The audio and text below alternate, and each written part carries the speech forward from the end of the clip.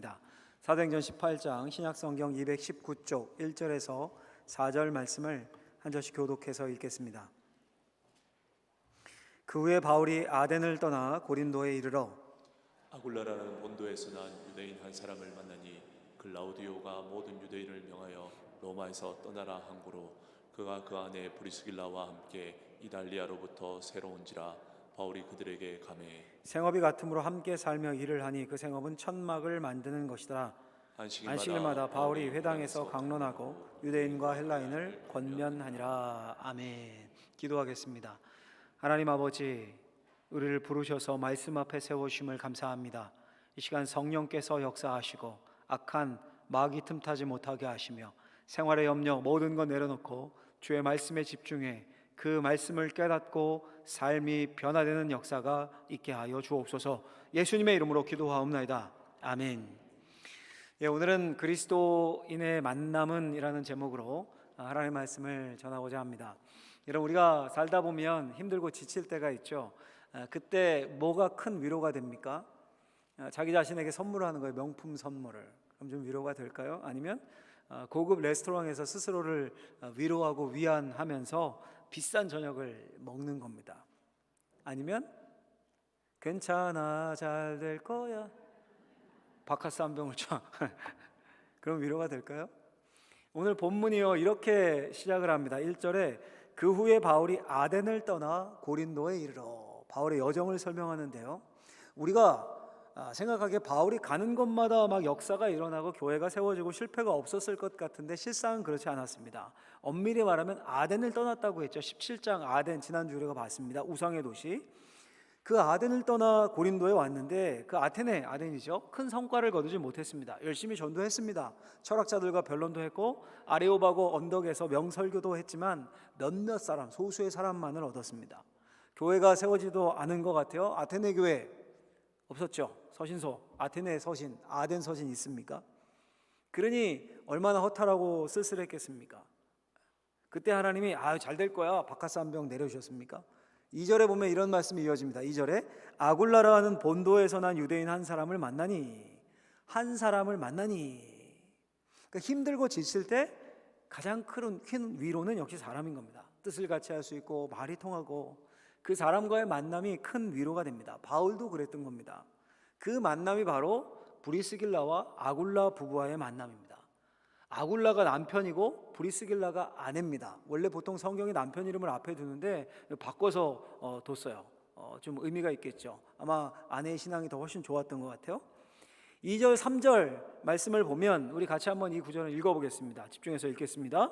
아굴라라 하는 본도에서 난 유대인 한 사람을 만나니 글라우디오가 모든 유대인들을 명하여 로마에서 떠나라 한고로 그가 그 안에 브리스길라와 함께 이달리아로부터 새로 온지라 바울이 그들에게 가매 생업이 같음으로 함께 살며 일을 하니 그 생업은 천막을 만드는 것이더라. 아멘. 이 두 구절을 제가 좀 설명을 해드릴게요. 설명이 좀 필요한데, 원래 이 부분은 브리스길라와 아굴라 부분은 제국의 수도, 로마 제국의 수도가 어디입니까? 로마예요. 로마시. 거기에 살고 있던 유대인들이었습니다. 직업이 천막을 만드는 거였습니다. 사업장을 가지고 있었어요. 당시 천막을 만드는 방법은 짐승을 잡아서 가죽을 벗겨 만들든지, 지금처럼 나일론, 폴리에스테르 이런 천 있을 때가 아니지 않습니까? 그렇게 만들든지 아니면 두꺼운 염소 털로 짜서 만들었습니다. 지금은 언제 천막 텐트를 칩니까? 놀러 가서 캠핑할 때 천막 치죠. 텐트 치고. 근데 당시는요, 그 군대 막사 혹은 이제 일할 때 천막을 아주 많이 사용했습니다. 로마가요 얼마나 많은 정복 전쟁을 했습니까? 나라마다 다 정복하고 했지 않습니까? 전쟁하려면 뭐가 필요해요? 얕은 텐트가 있어야죠. 이 텐트 만드는 일은 숙련된 기술이 필요했습니다. 또 일자리도 많고 돈도 잘 버는 직업이었습니다. 그렇게 전쟁을 많이 했으니까 수요가 계속 늘었을 거 아닙니까? 또 낡으면 교체해야 되고 이 돈을 많이 벌었겠죠. 근데 이 부부가 복음을 들은 겁니다. 복음을. 어떤 경로로 복음을 들었는지는 성경에 안 나옵니다. 여하튼 복음을 듣고 예수를 믿었습니다. 그것도 잘 믿었던 것 같아요. 돈을 많이 벌었으니까 좋은 집에 살았겠죠. 넓은 집에. 그 주변 사람들을 모아서 자신의 집에서 예배를 드린 겁니다. 당시는 예배당이 이렇게 따로 지어져 있고 이게 아니라 그리스도인들은 소수였고 가정에서 예배를 드릴 때니까요. 자신의 집을 오픈해서 예배를 드린 겁니다. 예배 장소로. 근데 그러다가 이들이 그 로마시를 떠날 일이 생겼습니다. 자의적으로가 아니라 타의적으로. 유대인 회당에서 소동이 일어났습니다. 유대인들이 있고 유대인 중에 예수를 믿게 된 그리스도인들이 있었던 거예요. 근데 그리스도인들이 전하는 거예요. 자꾸 유대인들을 예수 믿어야 된다. 이 선교 때문에 정통 유대인들과 분쟁이 있었습니다. 폭동이 있었다고도 하는데요. 그래서 황제가 글라우디오라고 오늘 본문에 되어 있죠. 추방령을 내린 거예요. 유대인 추방령. 당시 로마 역사가에 따르면 약 4만 명 정도의 유대인이 있었다고 하는데 로마시에요. 전부 다 어떻게 다 추방을 시키겠습니까? 전부 다 추방되는 것은 아니고 핵심 인물들만 이렇게 추방이 되었다고 합니다. 그 안에 누가 있었던 겁니까? 브리스길라와 아굴라 부부가 있었던 겁니다. 이들이 로마시를 떠났어요. 추방당했습니다. 로마를 떠나서 어디로 왔냐면 고린도라는 도시에 와서 정착을 했습니다. 고린도도 로마시에서 몇 번째 드는 큰 도시였거든요. 대도시. 와서 이제 또 사업장을 열었죠. 로마에서 하던 사업을 그대로 하는 겁니다. 천막 공장을 열고 고린도에서 살았습니다. 하는 이들이 열심히 일을 하고 있는데 그 작업장에 웬 남자가 찾아온 겁니다. 옷차림과 억양을 보니까 유대인이에요. 유대인. 타지에서 동족을 만난 겁니다. 브리스길라와 아굴라도 유대인이니까요. 근데 일자리를 구하러 왔다는 거예요. 그 사람이 누구예요? 바로 사도 바울입니다. 사도 바울. 2절에 보면 이렇게 되어 있죠. 바울이 그들에게 감해. 이런 표현이에요. 제가 좀 풀어드린 거예요. 자, 여러분 그럼 궁금해져. 왜 사도 바울이 선교 안 하고 일자리를 찾았을까? 또 홀로 일자리를 구했을까? 지금 2차 전도 여행 중입니다. 정신줄 놓으시면 안 돼요. 2차 전도 여행이에요 지금. 그와 동행하던 일행들이 있었죠. 실라도 있었고요. 처음부터 동행했던 디모데도 있었고 중간에 합류했던 이들이 그런데 베레아라는 도시에서 갈라졌어요. 왜냐하면 소동 때문에 데살로니가에서 막 난리를 쳤던 사람들이 베레아까지 쫓아와서 난리를 쳐서 합류해서 같이 내려와야 됐었는데 바울만 급하게 배 타고 아테네에 온 거예요. 그리고 그 아테네를 거쳐서 지금 바울은 어디 왔어요? 고린도에 와 있는 겁니다. 고린도에 홀로. 자, 지도를 한번 보여주시면 다시 한번 복습하는 차원에서 지도 한번 보여주시면요. 저 네모 박스, 파란 네모 박스 보이시죠? 지금 저 지역을 지금 우리가 전도여행 내용들을 다루고 있는 겁니다. 저 위에 빌립보에서 마게도냐의 첫 성이죠. 그 다음에 데살로니가, 그 다음에 베레아 거쳐서 아테네, 저 밑에 내려온 거예요. 아테네. 그 다음에 이제 고린도까지 온 겁니다. 바울이 고린도에 있어요 지금.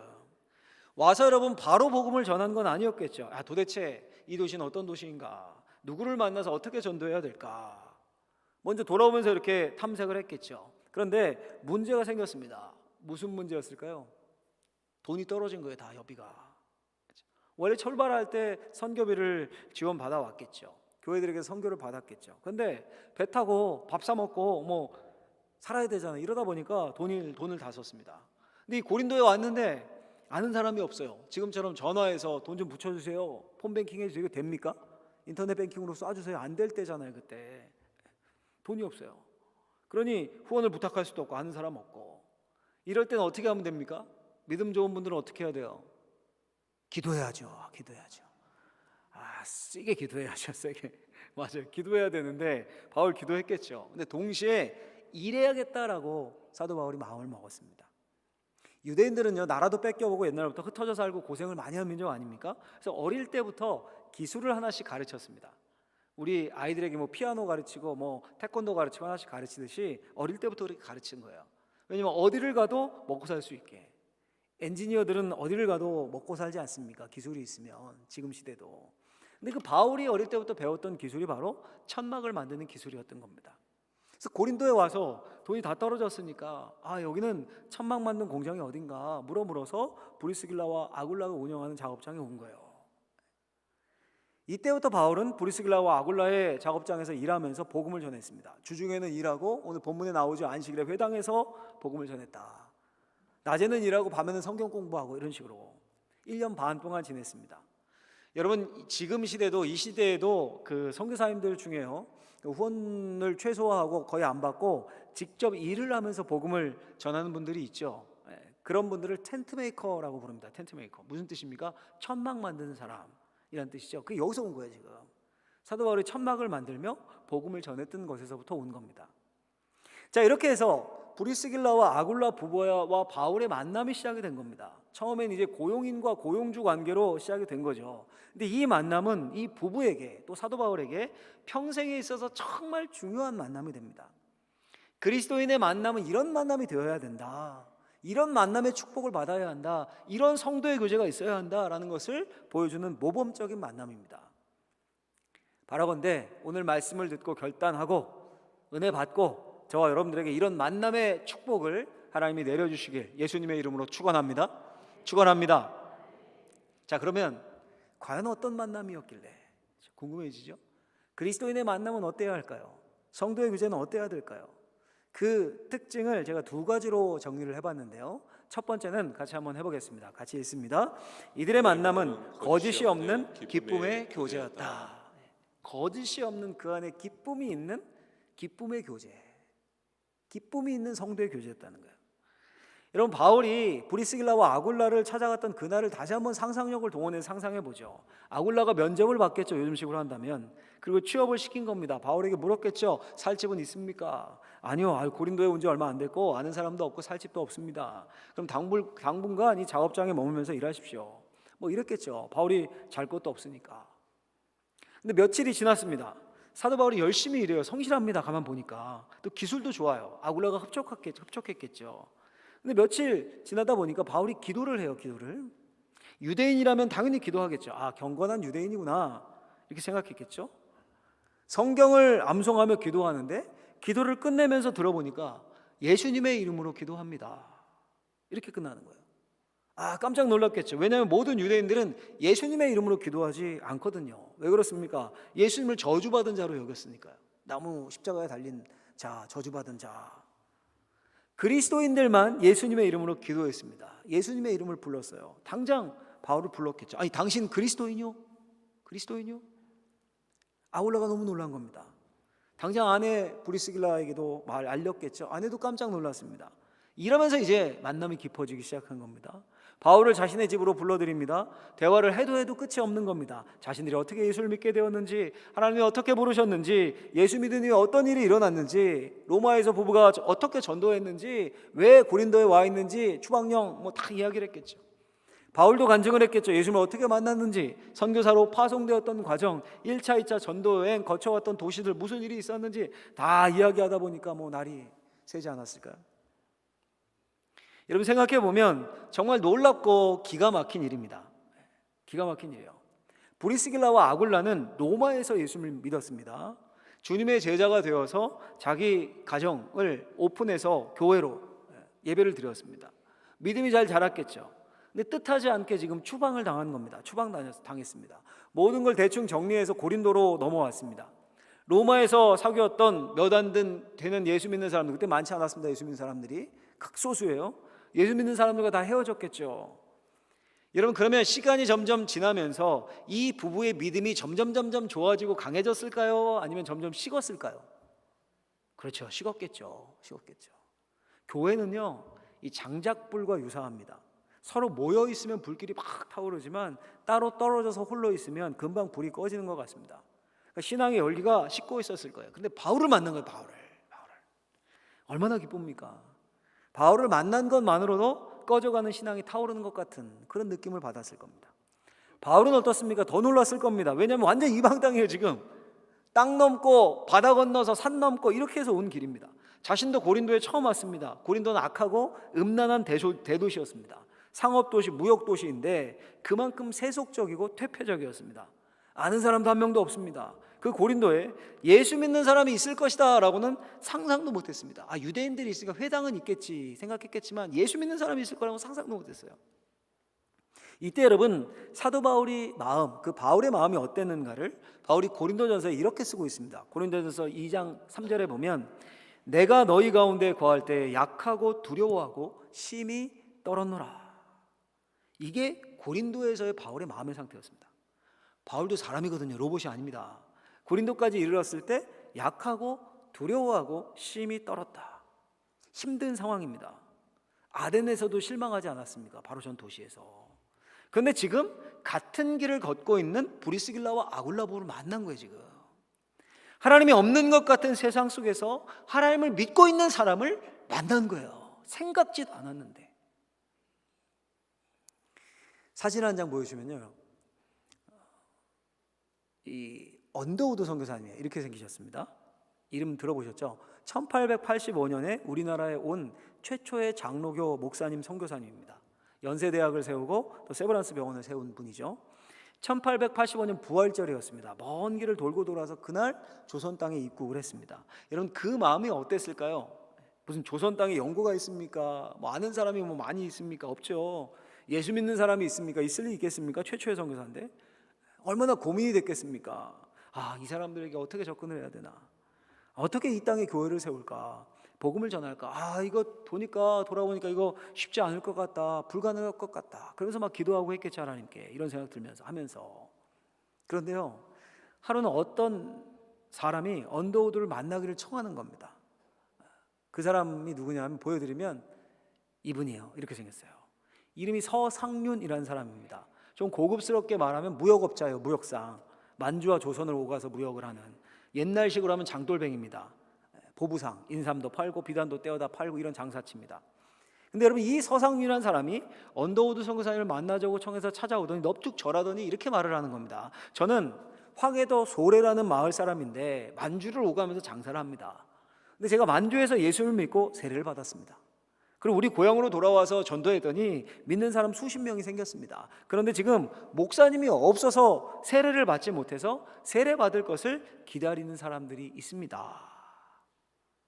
자, 여러분, 지금 선교사님이 와서 어디서부터 손을 대야 될지, 이거 뭘 해야 될지, 누굴 만날지 캄캄한데 갑자기 찾아온 사람이 자기가 예수 믿고 또 전도해서 수십 명이 세례 받기를 원하고 있습니다. 와서 세례 좀 주십시오. 그때 언더우드 선교사님의 마음이 어땠겠습니까? 기쁨과 흥분이 가득했겠죠.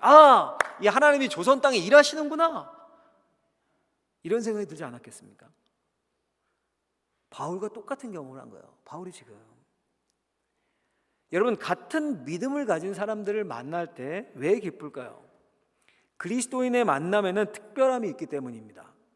바로 그냥 만나는 게 아니라 그 사람 속에 있는 하나님을 만나는 거예요. 그렇기 때문에 특별한 겁니다. 모든 사람들은 창조될 때 하나님의 형상대로 만들어졌습니다. 근데 죄를 짓고 타락하면서 그 형상을 잃어버렸어요. 죄가 타락했어요. 오염됐어요. 그때부터 사람을 만나면 무섭습니다. 경계하게 됩니다. 혹시 나를 이용하지 않을까? 내게 해를 끼치지 않을까? 나를 버리지 않을까? 실컷 부려먹다 내치지 않을까? 불안하고 두렵습니다. 근데 예수를 믿으면 그 안에 잃어버린 하나님의 그 영광 형상이 하나하나 회복되고 되살아나는 겁니다.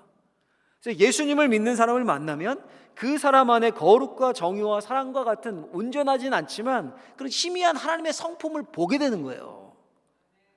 그래서 예수님을 믿는 사람을 만나는 것이 그리스도인 간의 만남이 특별한 만남이 되는 겁니다. 여러분, 지금도 마찬가지입니다.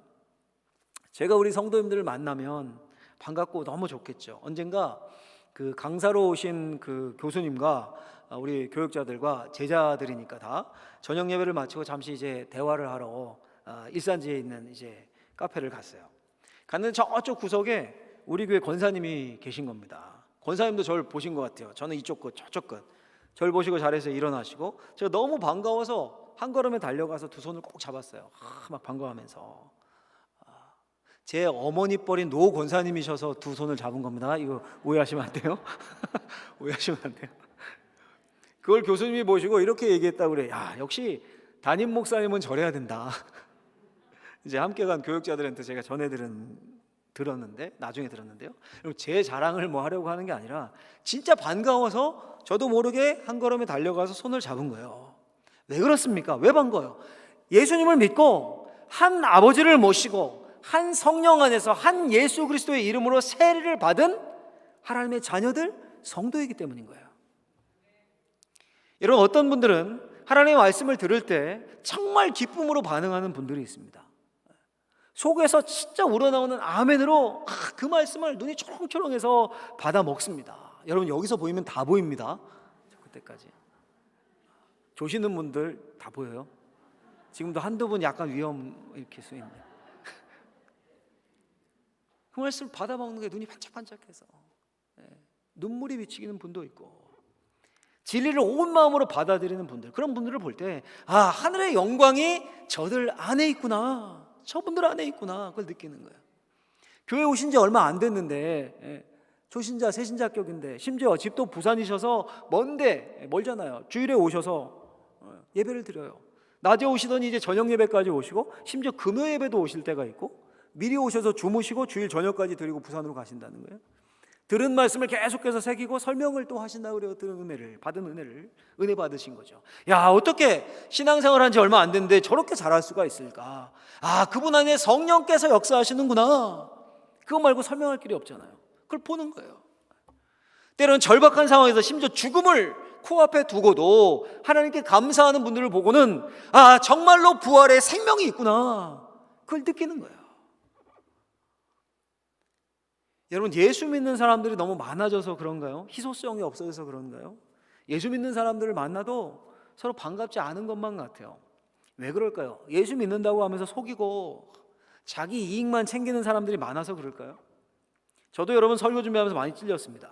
예수 믿는 사람 많이 찾아오죠. 많이 찾아오고 하면 사람 대 사람이 아니라 색안경 끼고 보고 겉으로 티는 안 내지만 속으로 사람 가리고 손해보기 싫고.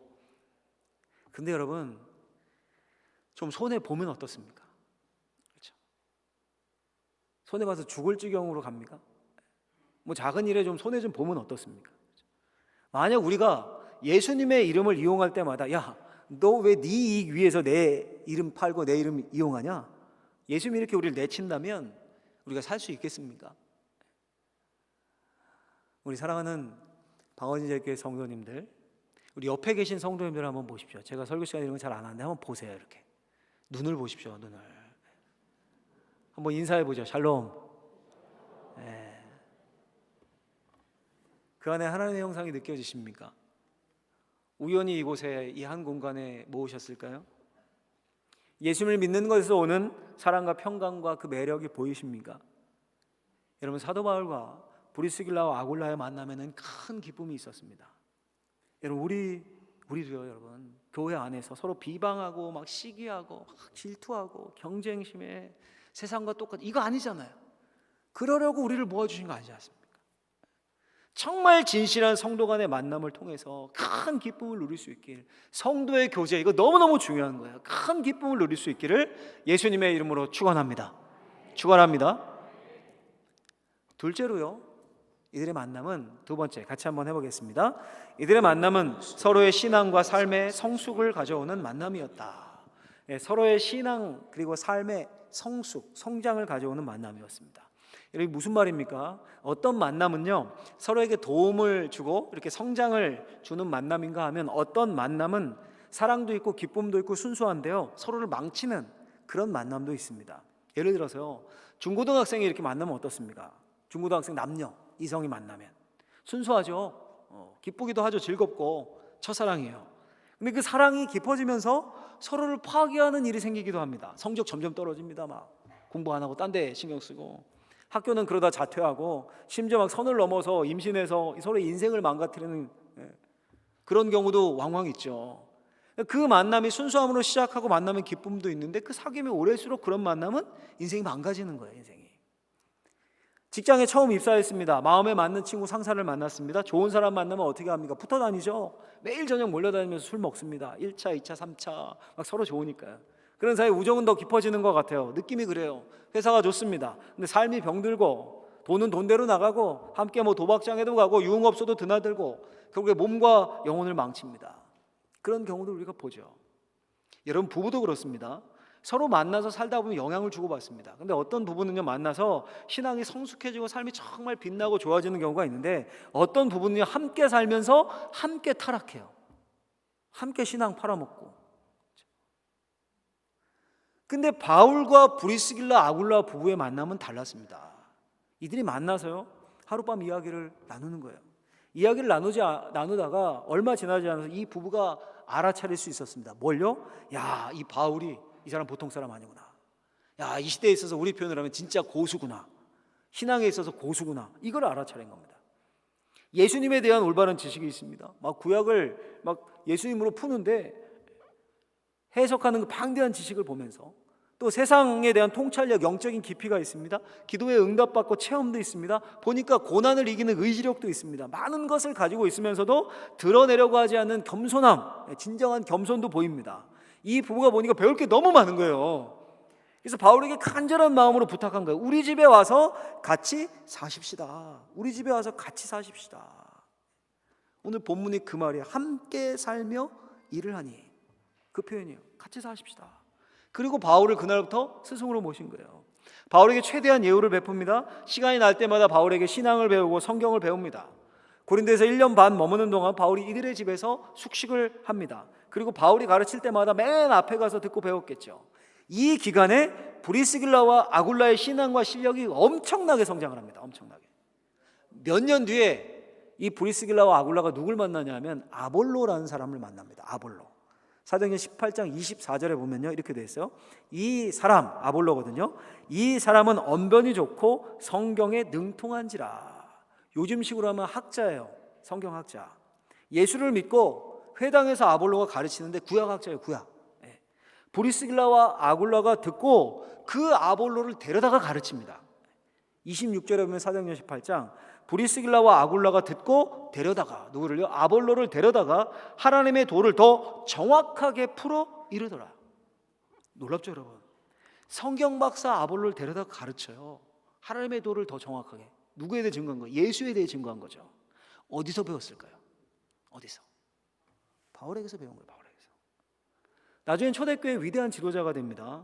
만약에 여러분 바울을 만나지 않았으면 이렇게 안 됐을 겁니다. 이 두 부부가 그냥 신앙 근근히 유지하다가 꺼져갈 확률이 높았습니다.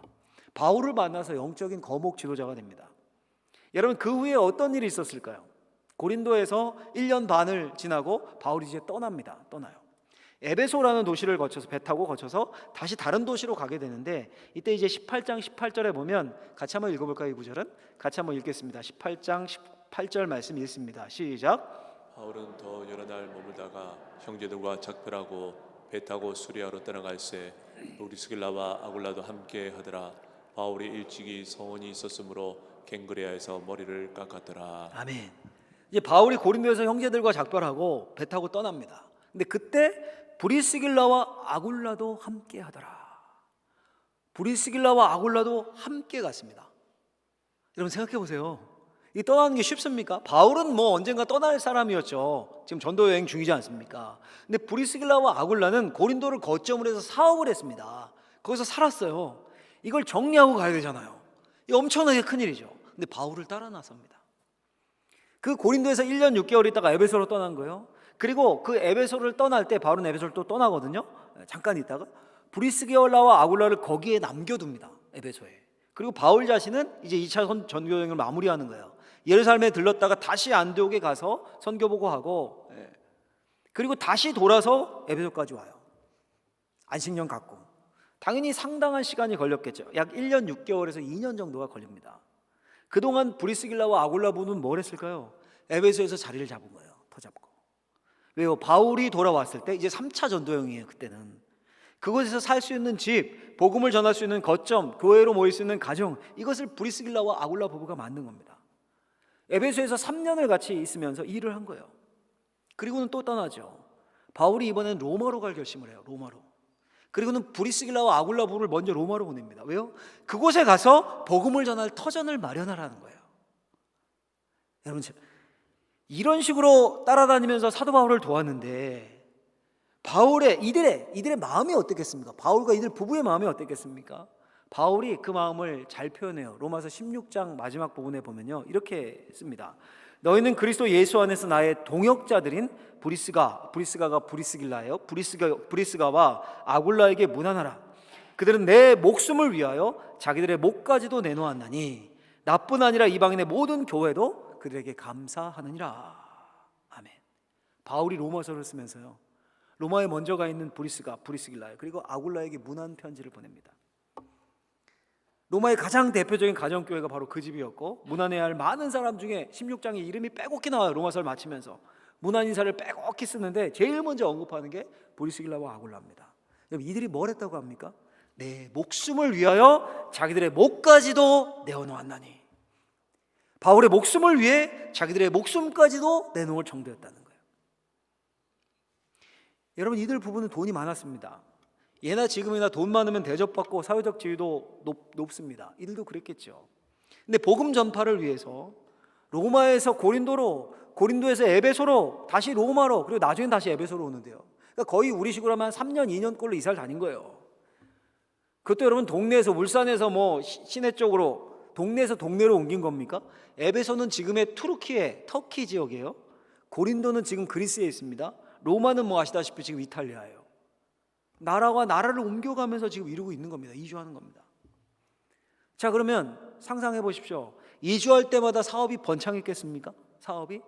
이거 하나님이 복 주셨겠죠. 하나님이라 하니까 사업이 번창했을까요? 물론 뭐 그랬으면 좋았을 것 같은데 제 상상에는 쪼그라들었을 것 같아요. 왜냐하면 사업 때문에 지금 이주한 게 아니에요. 지금 복음 때문에 이주한 겁니다. 그럼 사업이 번창하겠습니까? 정신이 딴 데가 있는데? 신경을 딴 데 쓰고 있는데요. 사도 바울을 안 만났으면 오히려 더 부자가 되었을 수 있어요. 그런데 그들은 자신의 것을 내려놓는 것을 아까워하지 않았습니다. 사회적으로 지위가 올라갈 수 있었는데 예수 믿는 것 때문에 막히는 것도 두려워하지 않았습니다. 때로는 사도 바울의 목숨이 위태로울 때 자신들의 목숨을 내어놓고 바울을 변호했습니다. 강요로 그렇게 한 겁니까? 바울이 당신들 그렇게 안 하면 저주받아, 큰일 나, 하나님 천벌을 내리셔, 협박을 했습니까? 제자들 쫙 줄 세워가지고 디모데, 실라, 브리스길라, 아굴라 막 충성 경쟁시켜서 내가 제일 잘해야지, 그렇게 한 겁니까? 아니죠. 정말로 순수하게, 정말로 자발적으로 하나님께서 바울을 통해 자신들에게 주신 그 신앙의 깊이, 복음의 깊이, 예수 그리스도의 복음의 비밀, 그 주신 은혜를 갚기 위해서, 아니 바울을 통해서 하나님의 나라가 확장되는 것을 보면서 동역자로 동참함을 기쁘게 여기면서 사도 바울의 큰 동역자가 된 것입니다. 여러분, 그리스도인의 만남은 이렇게 서로에게 도움을 줍니다. 그리스도 안에서 하나님의 형상을 발견하게 되면 자연스럽게 서로 상승 효과를 일으켜서 발전하게 됩니다. 다시 한번 여러분들을 축복합니다. 저 여러분들에게 이런 만남의 축복이 있기를 예수님의 이름으로 축원합니다. 축원합니다. 말씀을 이제 정리하겠습니다. 여러분, 사실 보면 인간의 모든 만남은 필요해서 시작을 합니다. 필요해서 서로에게서 뭔가를 얻고 싶어서 만나는 거죠. 그게 뭐가 됐든 간에 그래서 관계하는 거죠. 바울이 브리스길라와 아굴라를 만날 때 뭘 얻고 싶었습니까? 직장을 얻고 싶었죠. 돈을 벌고 싶었습니다. 브리스길라와 아굴라 부부는 바울에게 일자리를 주고 노동력을 통해서 사업을 더 안정적으로 운영하고 싶었습니다. 모든 관계는요, 사실 이렇게 거래 관계입니다. 직장 생활, 이건 뭐 말할 것도 없죠. 그런데 여러분, 우리의 만남이 그 정도에서 그렇게 끝난다면 이게 얼마나 허무하고 얼마나 비참한 인생이겠습니까? 만날 때 여러 관계 속에서 만납니다.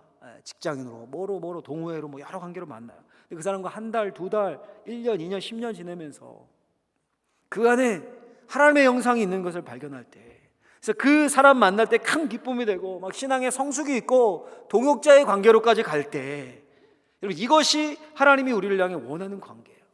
이게 성도의 교제이고 이것이 교회입니다.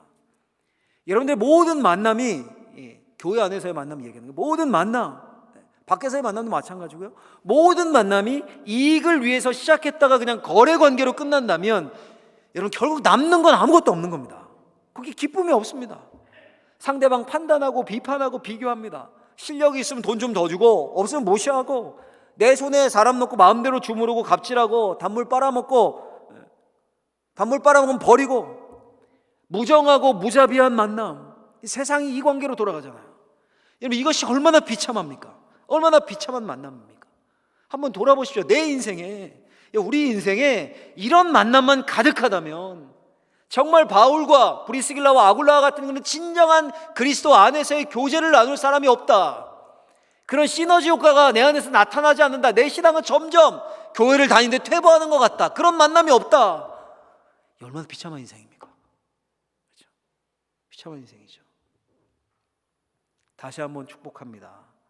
우리 사랑하는 성도님들, 우리의 만남이, 우리 서로의 만남이 교회로 만나게 하신 거예요. 방어진 제일이라는 테두리로 들어오게 하셔서 만나게 하셨어요.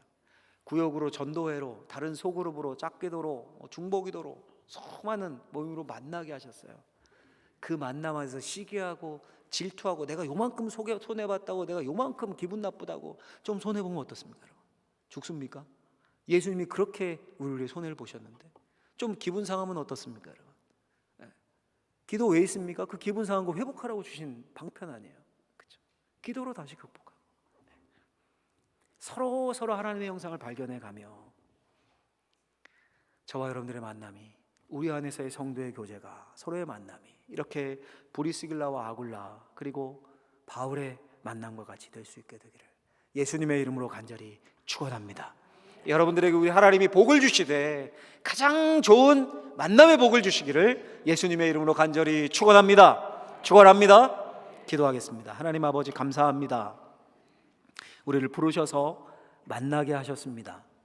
성도의 교제, 이 귀한 만남 감사함으로 받게 하시고 서로를 통해 기쁨이 충만하고 서로를 통해 신앙으로 더 깊어질 수 있는 우리들이 되게 하여 주옵소서. 예수님의 이름으로 기도하옵나이다. 아멘.